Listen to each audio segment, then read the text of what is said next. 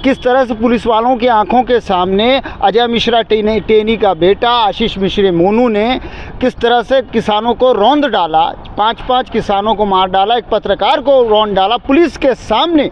आज तक उसके साथ कुछ भी नहीं हुआ, रेड कारपेट में आराम से बैठा हुआ है, कोई सुनवाई नहीं है, कोई सुनवाई नहीं है। फिर के बाद मनीषा वाल्मीकि को उसी पुलिस वालों ने ही तो जलाया था डीजल डालकर। क्या ये सत्य नहीं?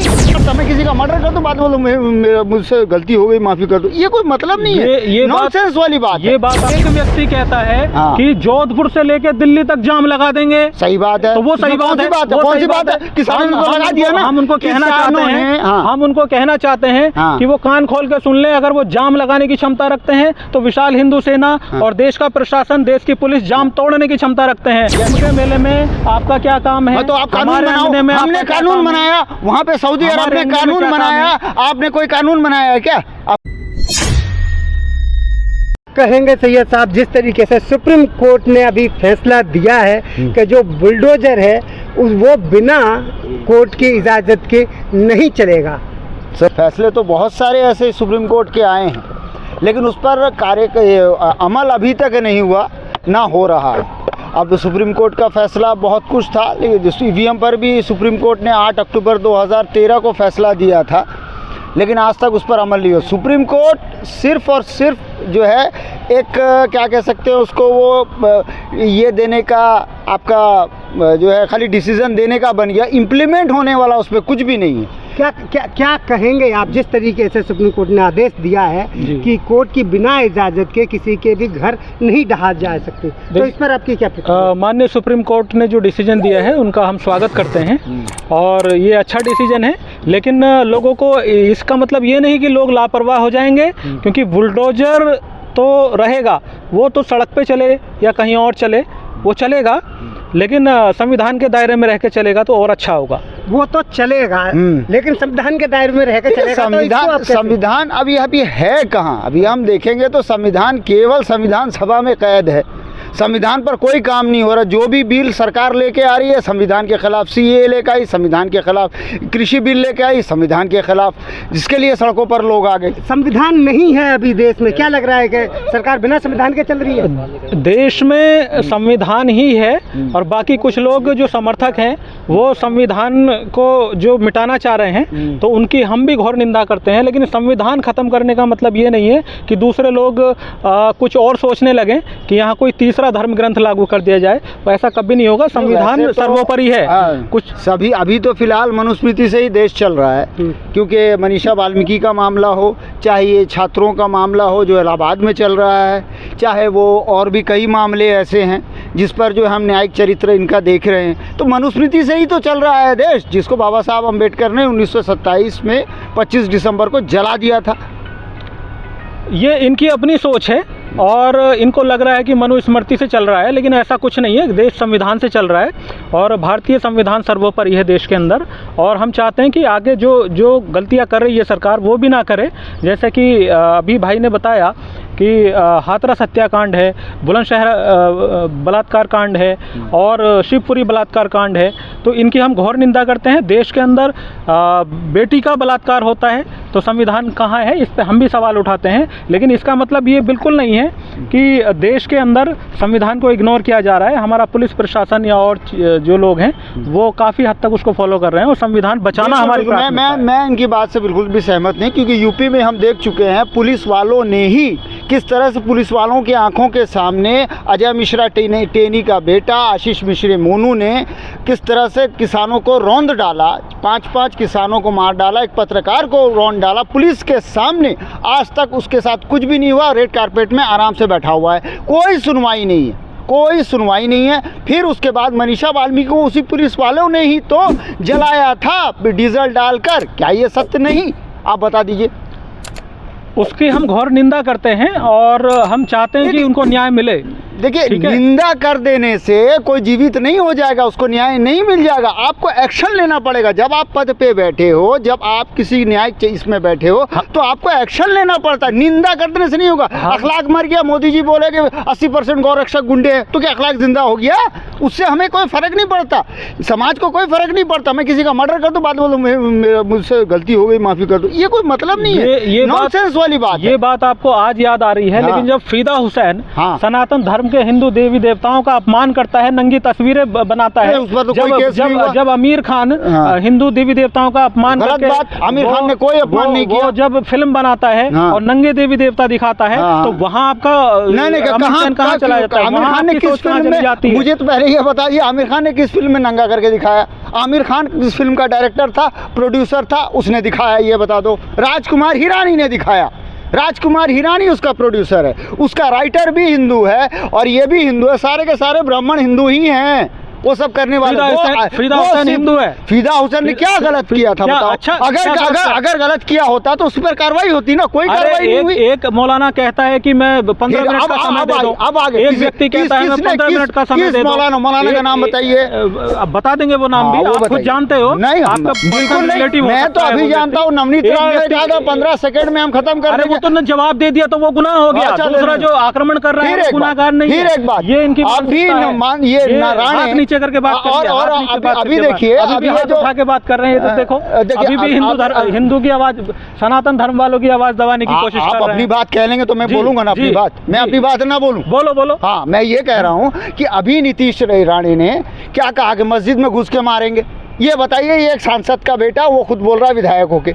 ये है हिंदू थियोक्रेटिक ब्राह्मणिकल हिंदू राष्ट्र। अरे हाई कोर्ट ने तो बोल दिया भैया कि मस्जिद में घुस जय श्री राम बोलो, कोई दिक्कत नहीं। वो सही बात है भाई, वो बोला ना 1919 में 7th अमेंडमेंट में अंग्रेजों ने सही कहा था कि इन ब्राह्मणों के अंदर, ब्राह्मण हिंदुओं के अंदर न्यायिक चरित्र नहीं होता है। इसी कारण से इनको कभी कोई न्यायिक पद पर नहीं रहना चाहिए। लेकिन क्या करें, हमारा तो विडंबना यही है, ये थियोक्रेटिक ब्राह्मणिकल हिंदू राष्ट्र बना है जो मनुस्मृति से चल रहा है। एक व्यक्ति कहता है हाँ। कि जोधपुर से लेकर दिल्ली तक जाम लगा देंगे। सही बात है, तो वो सही बात है। कौन सी बात है? किसानों को लगा दिया ना। हम उनको कहना चाहते हैं, हम उनको कहना चाहते हैं हाँ। कि वो कान खोल के सुन ले। अगर वो जाम लगाने की क्षमता रखते हैं तो विशाल हिंदू सेना और देश का प्रशासन, देश की पुलिस जाम तोड़ने की क्षमता रखते हैं। जैसे किसानों को तोड़ा था, जैसे किसानों को तोड़ा था, जाम तोड़ने की बात, किसानों को जाम लगाना, ठीक वैसे ही लगाना, ठीक वैसे ही मारेंगे जैसे किसानों को मारा था। जाम लगाना गैर संवैधानिक है क्या? नहीं है। अच्छा। किसी रोड अरे पे भैया, जाम लगाना, असंवैधानिक तौर पर तुम बिल लेके आओ, असंवैधानिक तौर पर तुम ये करो। उस पर वो मुद्दे का ही बोल रहा हूँ ना। जाम लगाना गैर संवैधानिक है या नहीं है? और दूसरा फिर वो कहता है कि हमने अपने बच्चों को कंट्रोल में कर रखा है, तो पता नहीं क्या कर देंगे। हमारे बच्चे कंट्रोल में है तो हमारे भी कंट्रोल में। हमारे बच्चों ने चूड़ियां नहीं पहनी है। नहीं ऐसा नहीं। तो जरा सोच समझ के बयान देना चाहिए। इसमें कौन सी बड़ी बात है? कौन सी बड़ी? अच्छा, कंट्रोल में रखेंगे ना भाई, अपने बच्चों को संभाल के रखेंगे।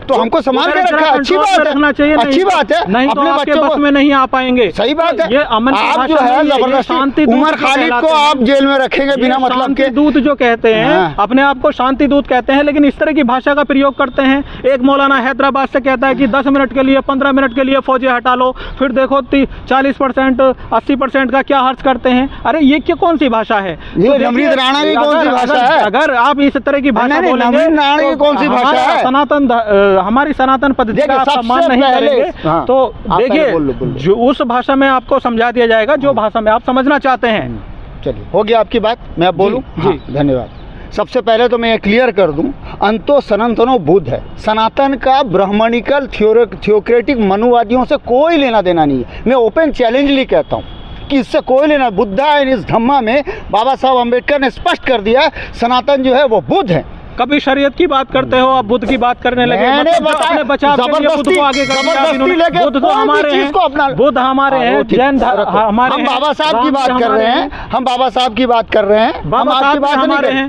बाबा साहब ने 22 प्रतिज्ञा में ये कहा कि मैं हिंदू धर्म को नहीं मानूंगा। बाबा साहब ने ऐसी अपनी 22 प्रतिज्ञाओं में कहा। अगर बाबा साहब इस्लाम धर्म स्वीकार करते तब आप बोलते। मैंने क्यों नहीं बोला? उन्होंने तो बौद्ध धर्म स्वीकार किया, बुद्ध भी तो हमारे। हिंदू धर्म को बोला कि मैं हिंदू धर्म छोड़ूंगा और गलत है ये, मैं हिंदू धर्म को नहीं मानूंगा, ब्रह्मा विष्णु महेश को भगवान ईश्वर नहीं मानूंगा। हिंदू देखिए मोदी जी का भी एक वीडियो वायरल है, वो भी खुद भी कहते हैं कि हिंदू नाम का कोई धर्म नहीं है, ठीक है। तो सनातन नाम का कौन? सनातन बुद्ध है, सनातन धर्म है, हाँ। ठीक है। सनातन व्यक्ति किसी की बहन बेटी को गलत निगाह से नहीं देखता है, बलात्कार करनी तो दूर की बात है। यही तो बुद्ध की विचारधारा है, यही तो बुद्ध की विचारधारा है। ना ना ना, ये बुद्ध की विचारधारा है भाई। एक सनातन धर्म वाला व्यक्ति किसी को मारने काटने की बात नहीं करता है। पुष्पमित्र शुंग ने पूरा खत्म कर दिया, वो 15 मिनट का चैलेंज नहीं देता, वो कभी किसी को जाम लगाने की बात नहीं करता है। जाम लगाने की बात तो किसानों ने भी किया, तो जाम तो लगा दिया, 1.5 साल तक हमारे किसान भी जड़ कभी हमने बात ही नहीं, हमने अभी तक शरीयत की बात नहीं की। कितना गलत बयानी है, हमने शरीयत की बात ही नहीं की, कभी शरीयत की बात करते कभी नहीं की। डिफेंड करना ये आप देख लो, आगे कर देते हैं जी। हाँ जी, आप संविधान की बात करते हैं, कानून की बात करते हैं जी।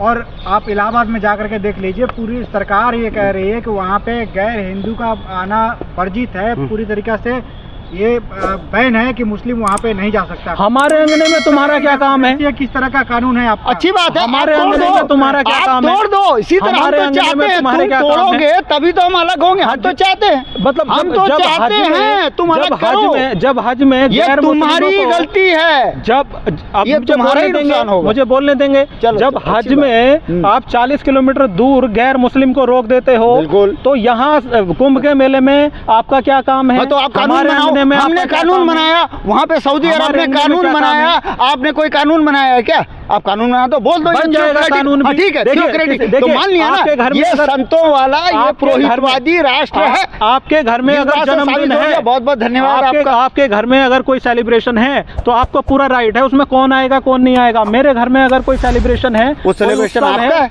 कोई उत्सव, सनातन धर्म का महाकुंभ है, वो बौद्धों का, इस्लाम धर्म का है, सनातन बौद्धों का, तो बौद्ध भी हमारे हैं। अच्छा, बौद्ध ने तो मना नहीं किया। सनातन धर्म बड़ा विस्तृत है, हमारे साथ जैन धर्म, बौद्ध ने कभी इस्लाम धर्म अपना नहीं, हमारे साथ है, हमारे दोस्त है। देखिए, नहीं, दोस्त होना अलग बात है, अच्छी बात है, दोस्त होना अलग बात है। आप वो हमारे साथ पूरा राजनीतिक तौर पर, सामाजिक यहाँ मैं एक चीज का खुलासा कर देता हूँ। सनातन धर्म में जैन धर्म, बौद्ध धर्म और सिख धर्म, परिभाषा हो सब इसी का पार्ट है। वो आपकी अपनी परिभाषा हो सकती है, लेकिन जो देखिए, एक और सलाह देना चाहूंगा मैं, मुस्लिम समुदाय के लोगों को उसमें वैसे भी नहीं जाना चाहिए। किसमें नहीं जाना चाहिए? महाकुंभ में। क्यों? हमारी जमीनें हैं, हमारी जगह है, हमारी दुकानें हैं, हमारे सब कुछ है, हमारा डेली जाना आना है। आपकी शादी हो गई, अजीब बात है, शादी होगी, आपने शादी करी होगी तो कोई पब्लिक प्लेस बुक करा होगा, तो उसमें कौन आएगा कौन नहीं आएगा, तो ये कोई शादी हो रही है, वो आपने डिसाइड किया। वो क्या शादी है?